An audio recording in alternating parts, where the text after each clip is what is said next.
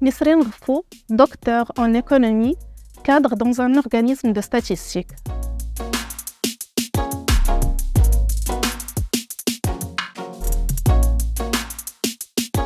Durant les premières années de création des régimes de retraite, l'équilibre financier des régimes de retraite n'était pas à l'ordre du jour, puisque la situation démographique et financière des régimes était favorable. Le nombre des actifs était largement supérieur à celui des retraités et les provisions étaient importantes.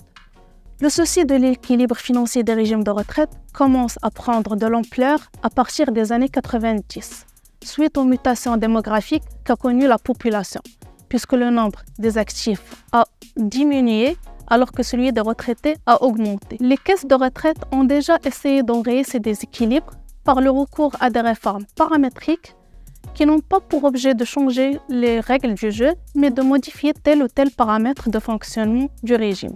Cependant, ces réformes, même s'ils constituent la voie la plus facile à emprunter politiquement, mais elles ne sont pas exemptes de graves erreurs et limitations.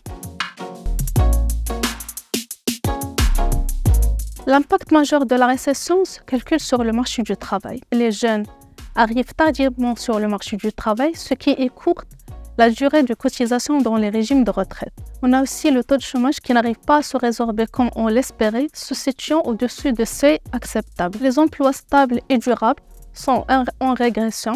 Du coup, les actifs accumulent de moins en moins d'heures de travail sur le marché du travail comparativement à la génération qui les a précédés. Ajoutez à cela l'instabilité des marchés financiers qui ont un impact important sur les provisions qui sont reliées directement au rendement en actions et en obligations. Ce que nous proposons, c'est de favoriser l'emploi à temps partiel aux seniors qui le souhaitent pour augmenter les provisions des régimes de retraite.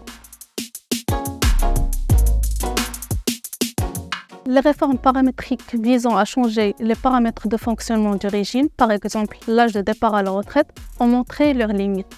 Ce que nous favorisons, c'est le passage à une réforme systémique, changer le mode de fonctionnement carrément des régimes de retraite, toujours en gardant la notion de la répartition. L'objectif, c'est de responsabiliser les individus en reliant directement la prestation reçue à l'effort réalisé pour la financer.